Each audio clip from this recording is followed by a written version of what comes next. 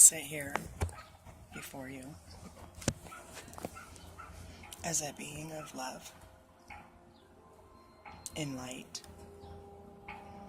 alive, and showing others the way. But I haven't always been this person. In fact, the journey to this person has literally taken my entire existence in this lifetime. The attacks against me actually started shortly after my birth. 3 major psychological traumas and physical hospitalizations, even in my first year, followed by challenges with my parents' abilities to parent, and then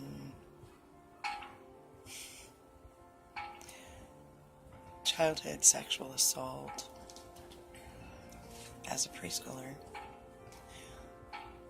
which, as you can imagine, brought with it some behaviors that were challenging and which triggered behaviors from my parents in trying to cope and deal with me. These behaviors continued and increased as my behaviors increased. Their abuses and neglects and traumas against me also increased. And then there were more experiences with childhood sexual assault, which increased more behaviors in me, which brought more behaviors from my parents, and that cycle just always continued and increased as I aged. In my adolescence, I had questionable decision-making skills, as I had been told by Father God that I was not allowed to die. I wasn't allowed to kill myself. We had a lot of conversations about very strange things that I didn't understand. I'd seen a lot of things in my head that I didn't understand, and had always been attributed to me being absolutely crazy and having a wild imagination, trauma responses, things like that, escape mechanisms, coping skills, all those kinds of things were the labels attached to things I would see and say and do, which of course dove me deeper and deeper inside of myself in avoidance of the trauma and abuse and such that was constantly prevalent. I was thrown into the church by my parents before preschool. And in fact, it was a pastor and his son that first perpetrated sexual violence against me when I was 4, which garnered abuse from my mother because of my behaviors, acting out and causing a scene. Just pretty much set the stage for a very horrific, tragic opera with me being the character with no creativity and no artistic ability, and none allowed to be desired or pursued under any circumstances.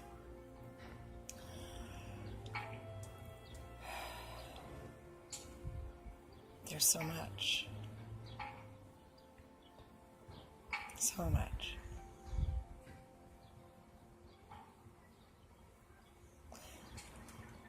So we'll just put things in a nutshell and avoid so many details.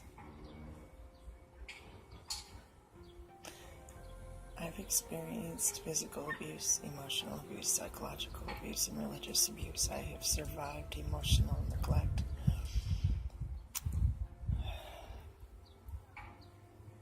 Subjugation, molestation, rape, human trafficking. I've been traded, I've been sold, I've been bought, I've been extorted.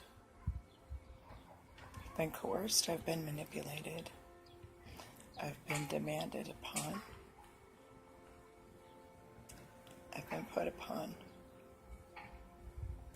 all for the pleasure and benefit of others. And always the words they used involved love, which was an indirect conflict, as so many things are when you're raised in the church. You know, God is love. We must forgive. We must turn the other cheek. We mustn't hold a grudge. God is vengeful. God is wrathful. God is critical. God is judgmental. God does not forgive. And above all else, I, this being speaking to you now, am never forgivable. Not ever. And I mustn't forget that, you know. Because who do I think I am? And the first time Father told me that the reason I hadn't been able to punch the man who was raping me was because I am love. And that I must forgive him and I must love him because he doesn't know what he's doing. So, as you can see, there's a difference now. So I'm going to tell you what's going on. I've never done a testimony before in my entire life. Words would never come.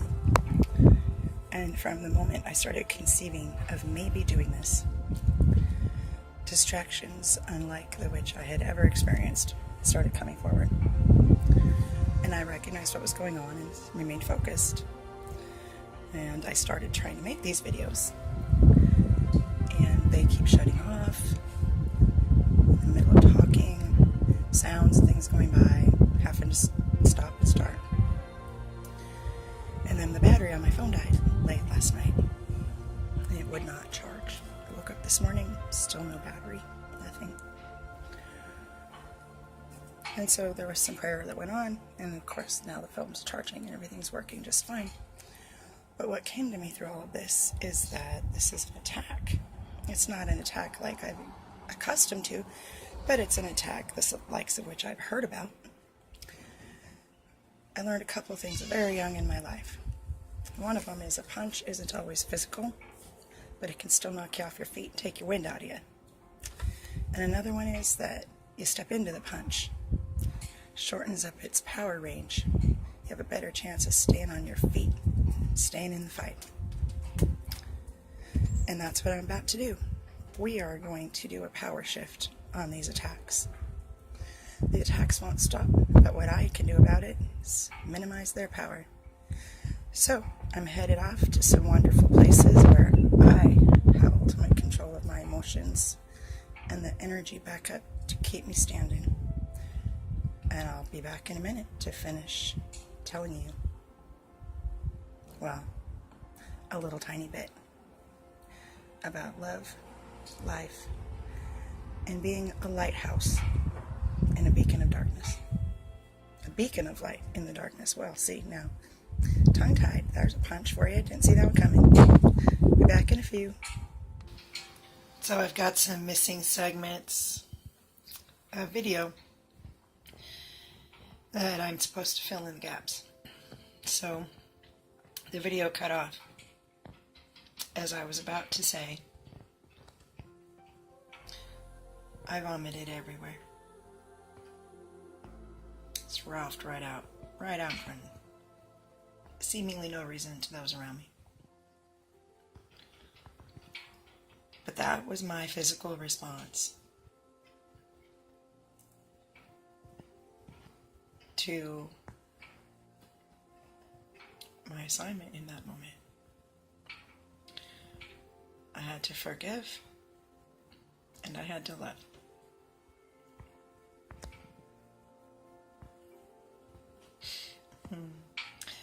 No. No, it wasn't. wasn't easy. No, it didn't happen right away, but we'll come back to that.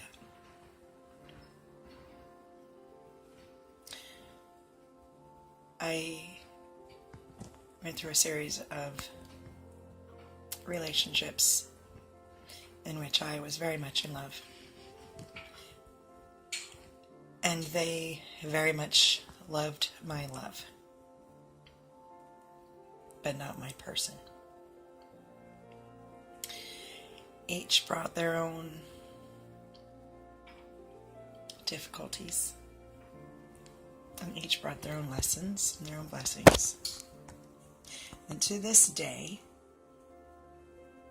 there are things from each of those that Father reminds me as I'm receiving a confirmation from something I laughed at back then. He reminds me who told me and when and where we were.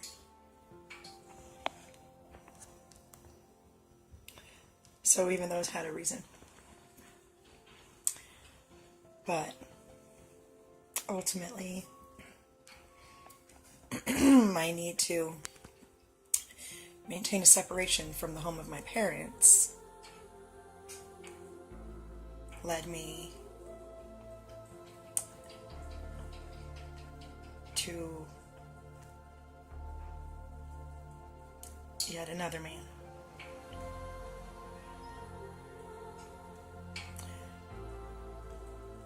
Who I loved very much. I guess that's because it's my job. But who was not at all who he presented himself to be. And what I've learned recently about people, he may not even actually have a real soul, but I cannot accept that because,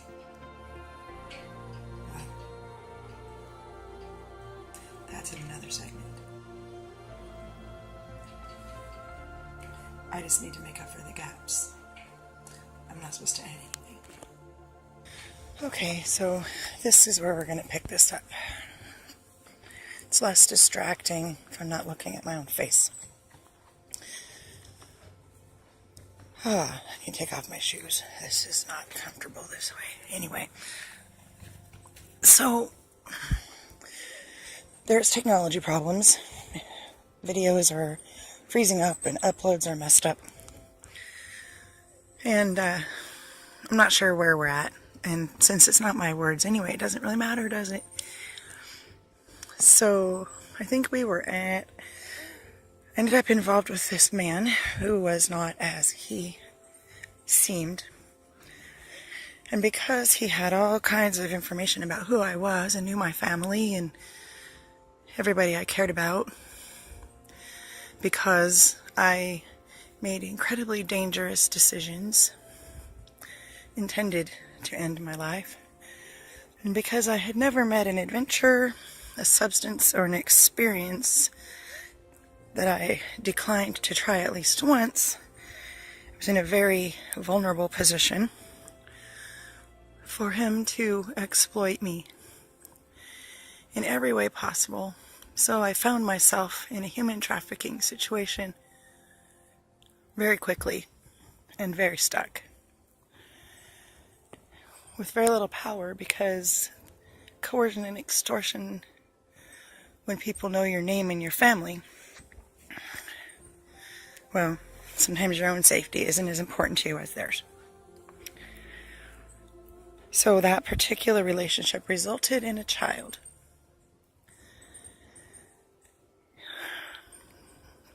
A wonderful, wonderful child who had a very hard life with me. His father and I never married because, well, his father was a human trafficker. He moved on to the next one. Father allowed me to become pregnant so that I could get away, because there wasn't any other way out at that era. So there's another gap that's got to be filled in. So in that era, fat and pregnant was not valuable on the trafficking market.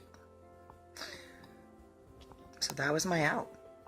Father blessed me with pure love and parental responsibility to save my life and free me from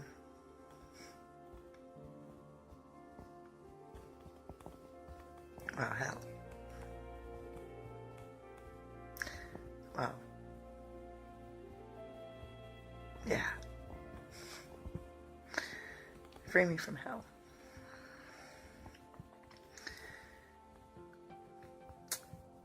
That was made possible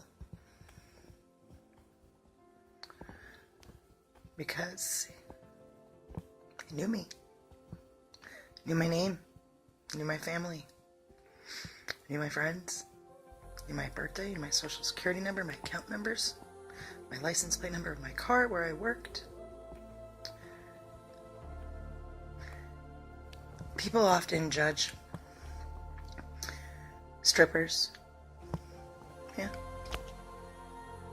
hookers, maybe, you never know, right? Told you enough to make some guesses. Whores, don't even get paid. Yeah, you know. You know. Get real. But how often do you think about the other side of that? You know, it's often asked, well, how could you let that happen? Well, how could you stay in that? Well, you made a choice. Heard it all. Heard it all. Trust me. And none of it really means anything when you don't understand the power of information. And nowadays, it's deadly. It was only dangerous. Dangerous enough to get you trapped. So, think about that in your own lives. Facebook, Instagram, Snapchat, Twitter, YouTube. Who knows what else? Because I don't use any of those, only YouTube. And the information you put out there. Names of your family members, pictures of your grandchildren, vacations you're going on, where you're going to stay, where you do your grocery shopping, your new car, your new jewelry. Can any of that information be used to get somebody you know coerced or manipulated? Okay, see, the attacks out here are still there, but I don't care because I'm barefoot in the dirt, surrounded by one side on the ocean, one side in the forest, one side the canal, and one side the lake. And there ain't no better place to face down an attack than right where I'm at. So we'll keep going. So the name that my father gave me that I will grant to you is Divine Love. If you must have a name to associate with this testimony or the lessons buried within it, use that one. If you can't say it without laughing, then perhaps the lesson for you is the power of anonymity. There's so much, but I'm not sure what more I'm supposed to say. So I'm going to go find a place to rest and contemplate what comes next.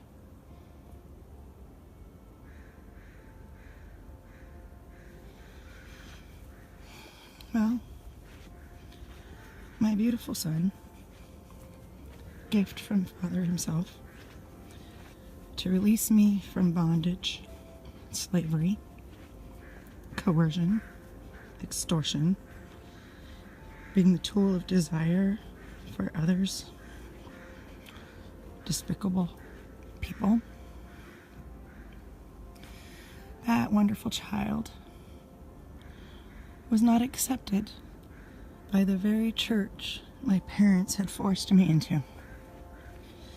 In order for that child to be, quote, dedicated to the Lord, I had to hold him in my arms on the stage in front of the whole congregation and apologize publicly and orally for the mistakes I had made that had led to me becoming pregnant out of wedlock.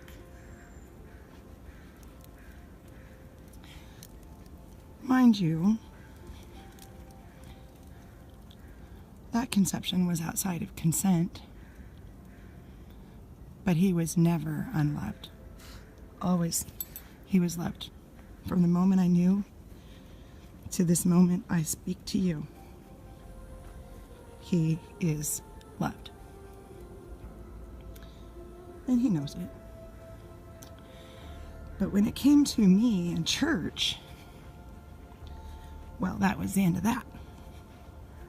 They had already left me confused, brutalized, damaged, brokenhearted, lied to.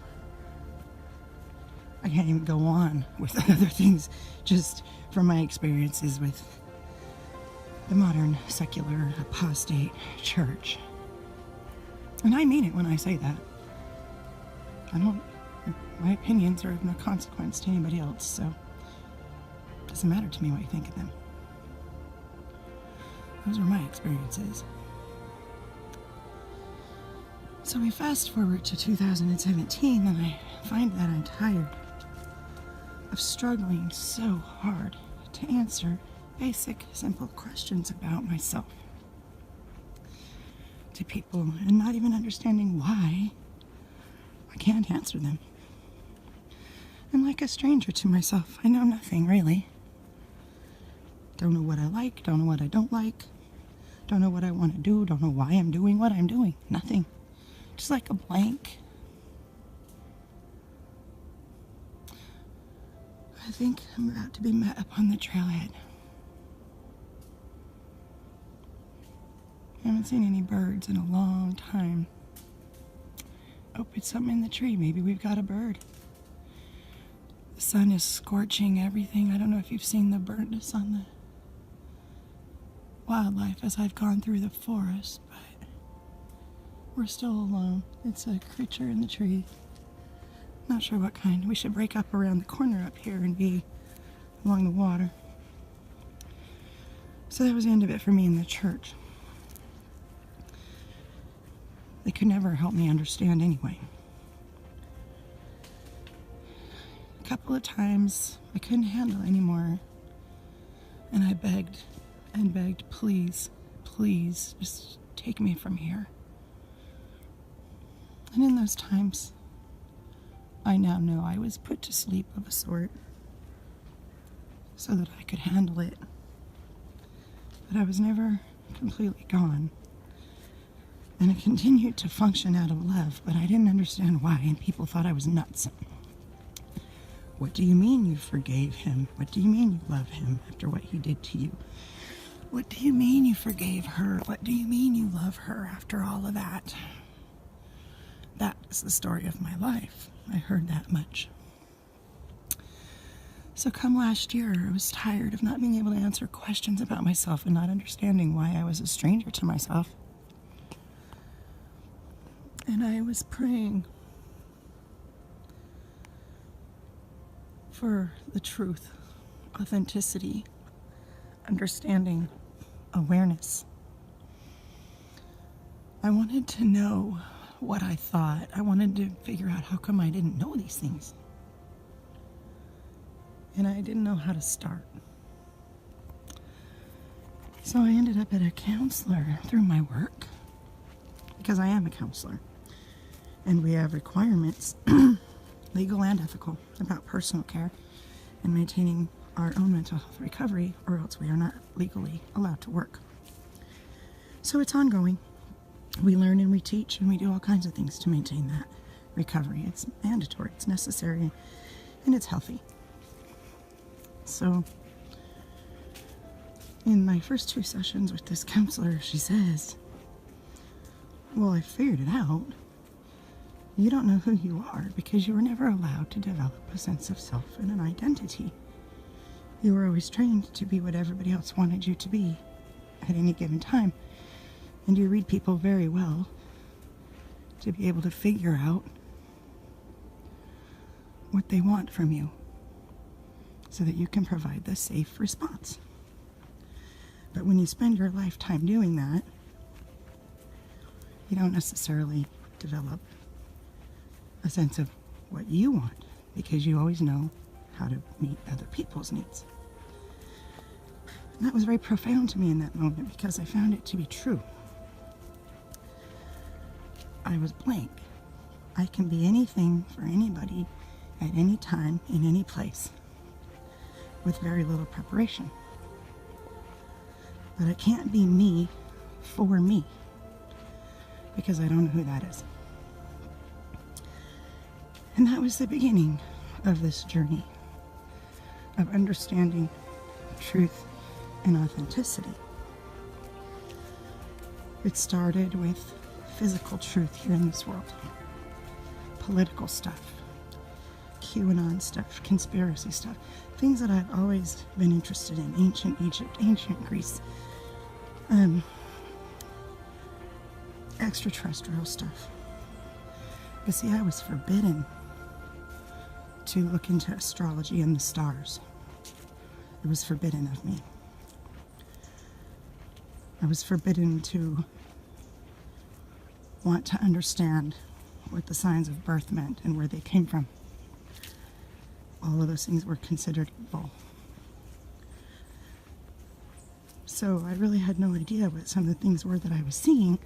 I just knew that some of the stuff I was learning matched up to things I had created in my mind as coping mechanisms and escape routes throughout my life.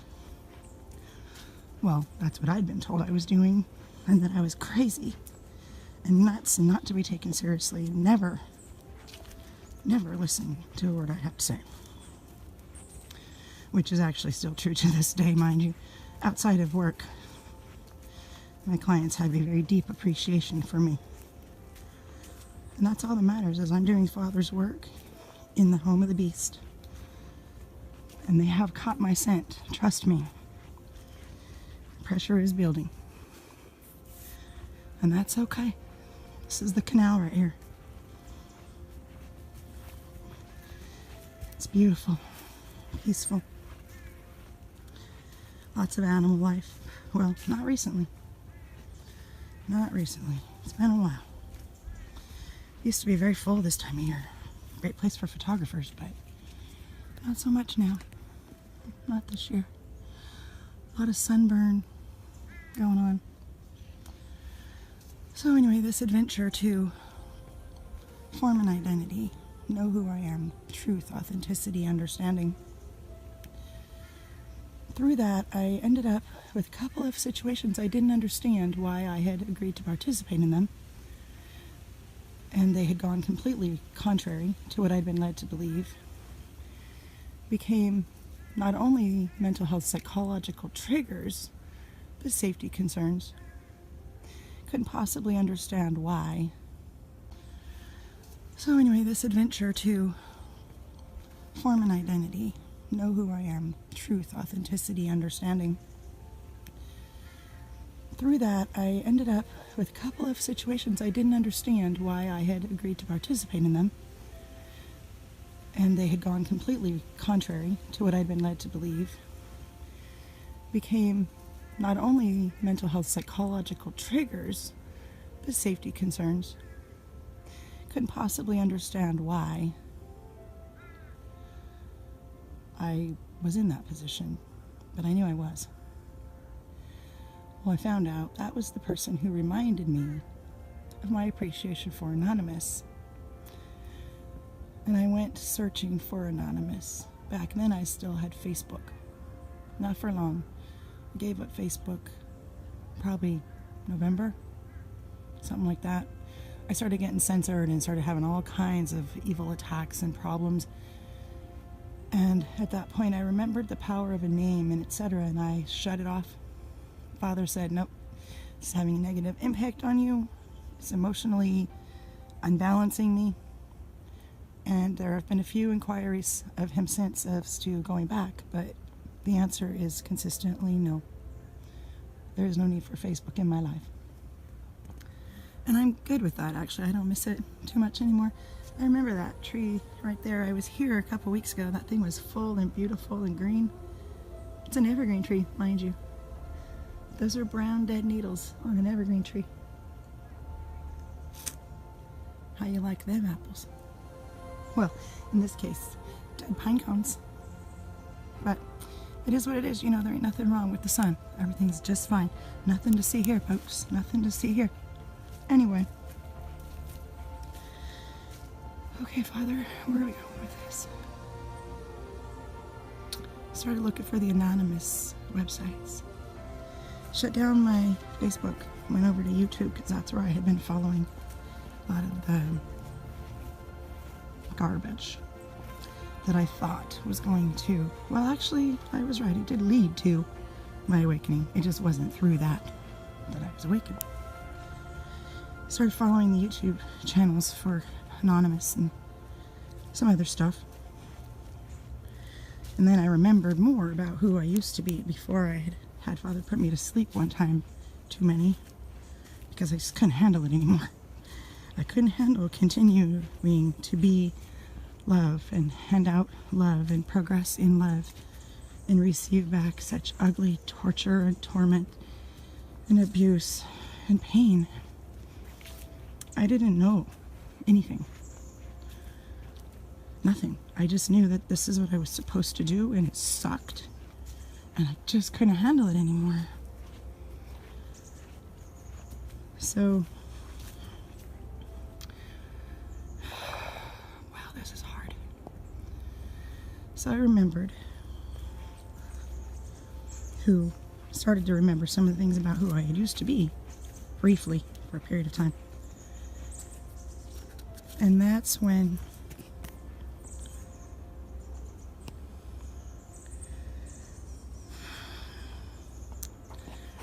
well, I am me, so we're gonna put it this way. That's when shit got real fast. Because all of a sudden, Anonymous was gonna unmask. And even in my coma, I knew that was a real big deal.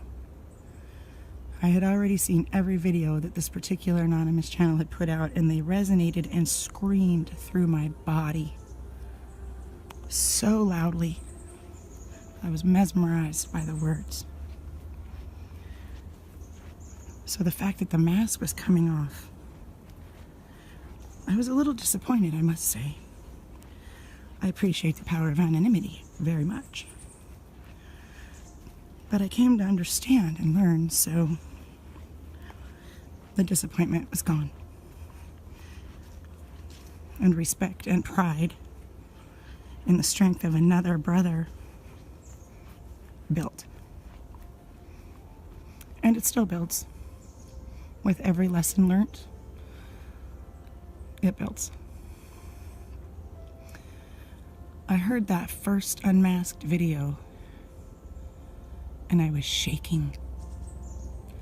Every hair on my body, even the ones on my head, were trying to stand on end. I was covered in the hugest goosebumps. And I just sat there shaking, and my chest was tight and I couldn't breathe. And I was just sobbing and crying, yes, yes, yes. Oh my God, thank you, yes. And that was the beginning of the confirmation of everything that had always been wrong with me not being wrong.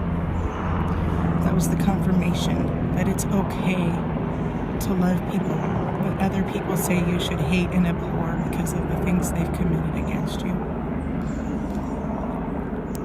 It was okay to not know who I was. And it was okay to want to. There's a lot of areas where I struggle for things to be okay. I know more about who I am and my role. I am but a single beat of my Father's heart. Pure, infinite, immeasurable, immutable love, carrying forward infinitely into the all. And it hurts. And it's wonderful. And this adventure, having only just begun, because I am merely a few months old. I was born on February 10th, 2018. On that morning, I was but a mere mortal female. I was broken and damaged and beaten. I have stripes down my back that you can actually see in some cases. I have bled, I have screamed, I have begged to be let loose of this flesh with no understanding of anything. I think we'll go back this way now. And today I have confirmation of all that I have witnessed, including some things that I have also experienced that many others who have fallen away have experienced. And I have testimony to that. But it's that ability to question everything that kept me from falling away. It's that knowing that I am nothing. Nothing. I am a beat of my Father's heart floating through eternity. That means that all I am is Him. And it's the best thing I have ever been in my life. I assure you that I could talk to you about these things of who I am and how I came to be here for a very long time, but that would be ego. Because what I need to say is that which I'm being directed to say and nothing more.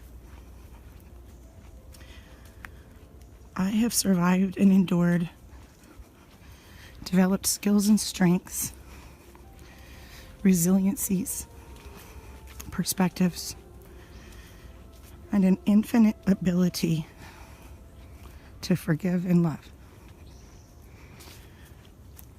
And I am available to share that with you. Because that is my job.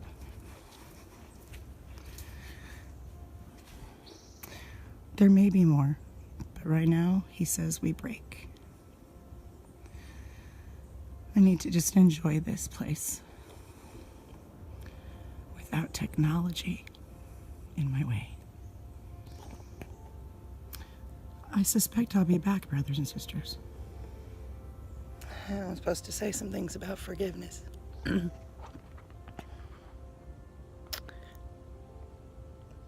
Some hard stuff, actually. As you can imagine, being told you're not allowed to die, being denied death at every opportunity you placed yourself in to visit it, experiencing untold abuse, neglect,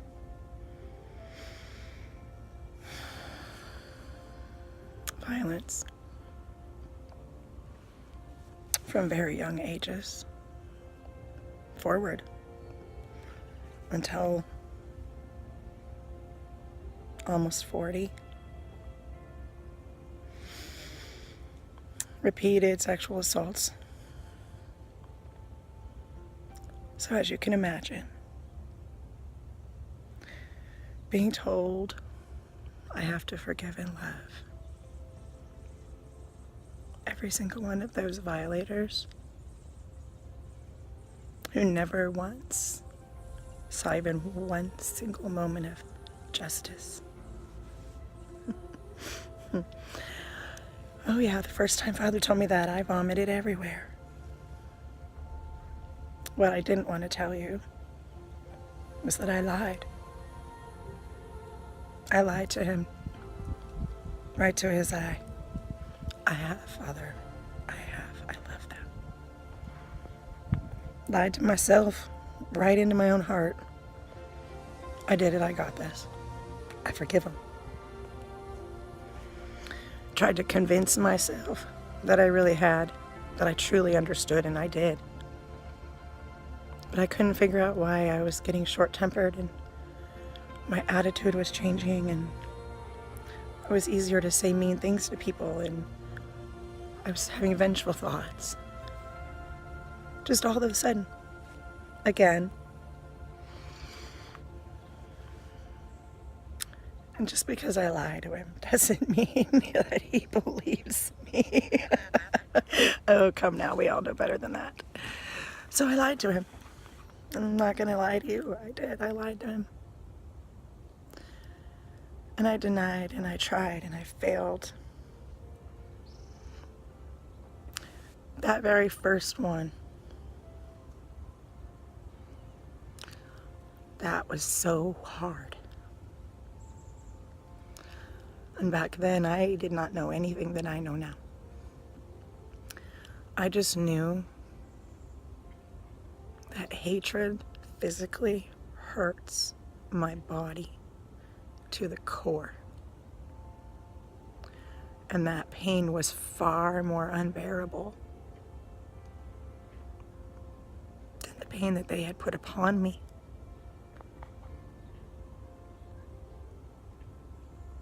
Can you imagine that, right? Yeah. It was far more unbearable. That hatred hurt me so much. And you know what? The person I was hating, they didn't feel a damn thing. Because they were already in hate. And hate builds hate, right? But after I finally kept trying and practicing and begging for help and asking to learn how to do this over and over and over, I was so young back then. So young.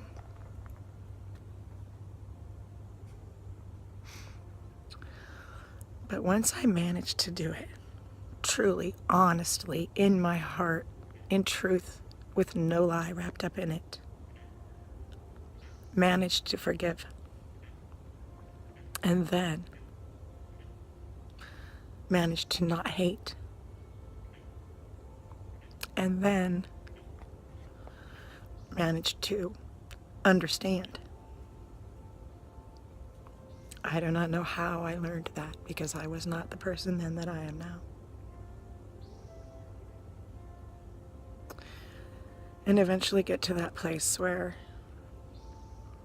I was neutral. It was very freeing to me. It was the least painful thing I had ever experienced in my life. But I thought it was broken, because there was no big emotions around it. No, I'm so happy, or oh, I'm so sad, or I'm so angry. Nothing, just neutral. I thought that was ambivalence. I thought it was the worst thing you could ever have towards another person. Not caring at all. One way or the other. And in fact, at that state, that may have been true. But what that grew into was an emotional balance that to this moment feels incredibly foreign. And sometimes I struggle helping my clients and peers and other climbers in my work understand that it's okay to have that balance. That's where we find peace. But when you've never experienced it, and you're used to big, huge emotions all the time, and you're trained that those big emotions are the right emotions,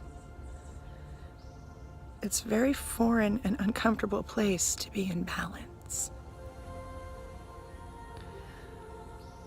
But I seek that discomfort. I seek that balance. When I experience big emotions,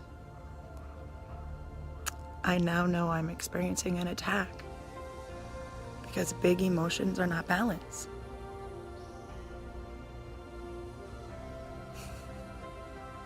I really like the balance. I don't know if we're finished, but I know it's time for a break. I'm supposed to say some things about forgiveness. Some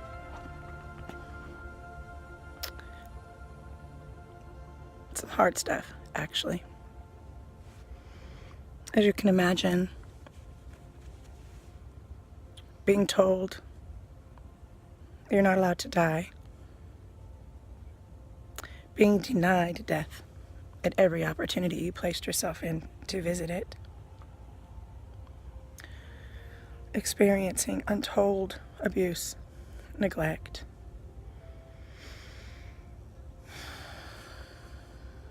violence from very young ages forward until almost 40. Repeated sexual assaults. So as you can imagine, being told I have to forgive and love every single one of those violators who never once saw even one single moment of justice. Oh yeah, the first time Father told me that, I vomited everywhere. What I didn't want to tell you was that I lied. I lied to him, right to his eye. I have, Father.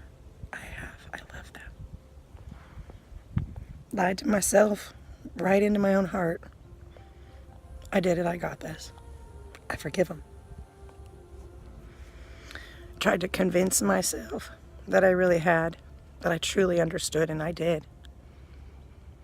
But I couldn't figure out why I was getting short-tempered and my attitude was changing, and it was easier to say mean things to people, and I was having vengeful thoughts. Just all of a sudden, again. And just because I lie to him doesn't mean that he believes me. Oh, come now, we all know better than that. So I lied to him. I'm not going to lie to you. I did. I lied to him. And I denied, and I tried, and I failed. That very first one, that was so hard. And back then, I did not know anything that I know now. I just knew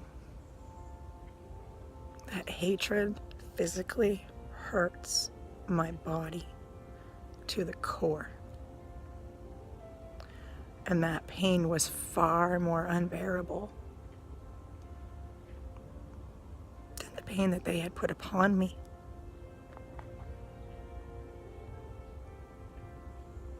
Can you imagine that, right? Yeah. It was far more unbearable. That hatred hurt me so much. And you know what? The person I was hating, they didn't feel a damn thing. Because they were already in hate. And hate builds hate, right? But after I finally kept trying and practicing and begging for help and asking to learn how to do this over and over and over, I was so young back then. So young.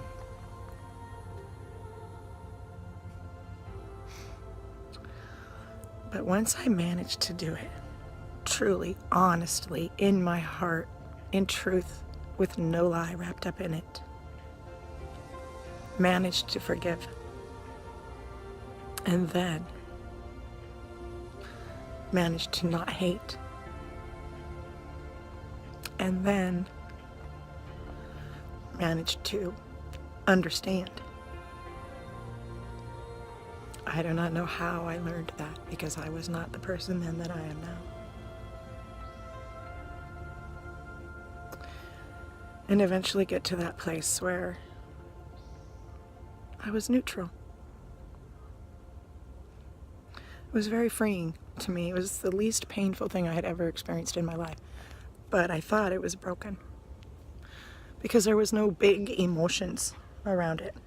No, I'm so happy, or oh, I'm so sad, or I'm so angry. Nothing, just neutral.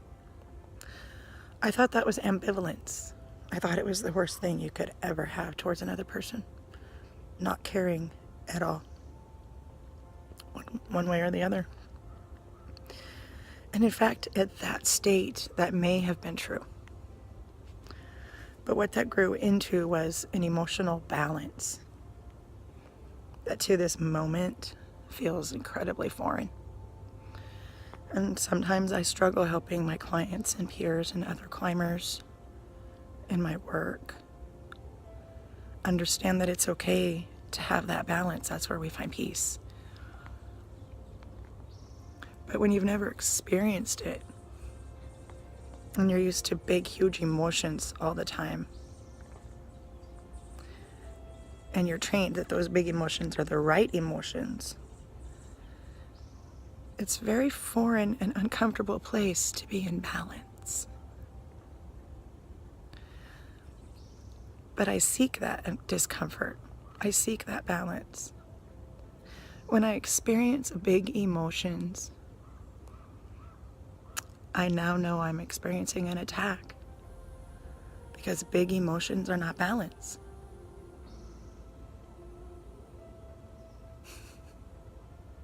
I really like the balance. I don't know if we're finished, but I know it's time for a break. Dragonflies.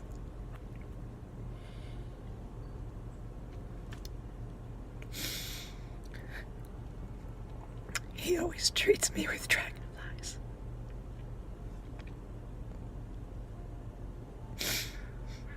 I've done good. They are beautiful.